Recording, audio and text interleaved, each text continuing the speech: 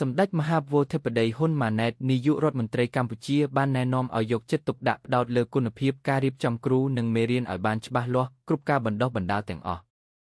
សម្ដេចមហាវោធិបតីហ៊ុនម៉ាណែតបានថ្លែងថាការបង្រៀនត្រូវរៀបចំគ្រូឲ្យប្រាកដនិងមេរៀនឲ្យចំសម្ដេចមហាវោធិបតីហ៊ុនម៉ាណែតក៏បានថ្លែងថាបើគ្រូមិនប្រាកដទេសិស្សចេញទៅក៏មិនប្រាកដដូចគ្នា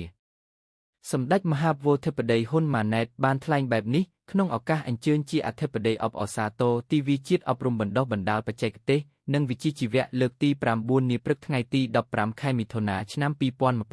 2026សម្ដេចមហាវោធិបតីហ៊ុនម៉ាណែតបានលើកឡើងថាការបណ្ដុះបណ្ដាលទាំងអស់សូមកុំឲ្យមានតែរូបភាពសូមកុំឲ្យមានតែបរិមាណតែត្រូវយកចិត្តទុកដាក់លើគុណភាពព្រោះគុណភាពនេះធ្វើឲ្យទាក់ទាញការរៀនសូត្របន្ថែម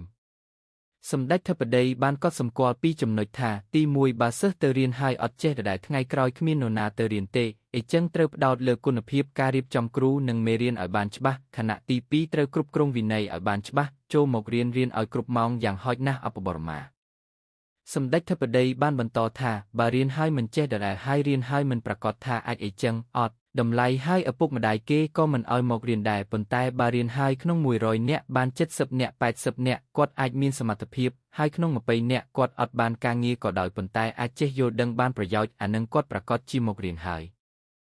សម្ដេចមហាវោធិបតីហ៊ុនម៉ាណែតបានបញ្ជាក់យ៉ាងដូចនេះថាអញ្ចឹងការបណ្ដុះបណ្ដាលត្រូវត្រៀមគ្រូឲ្យច្បាស់គ្រូឲ្យប្រាកដមេរៀនឲ្យចំមុនគេត្រូវធានាគុណភាពគ្រូបើគ្រូមិនប្រាកដទេសិស្សតែមិនប្រាកដទៀតរាជរដ្ឋាភិបាលកម្ពុជាមានគោលដៅបណ្ដុះបណ្ដាលជំនាញវិជ្ជាជីវៈនិងបច្ចេកទេសដល់ប្រជាពលរដ្ឋជាពិសេស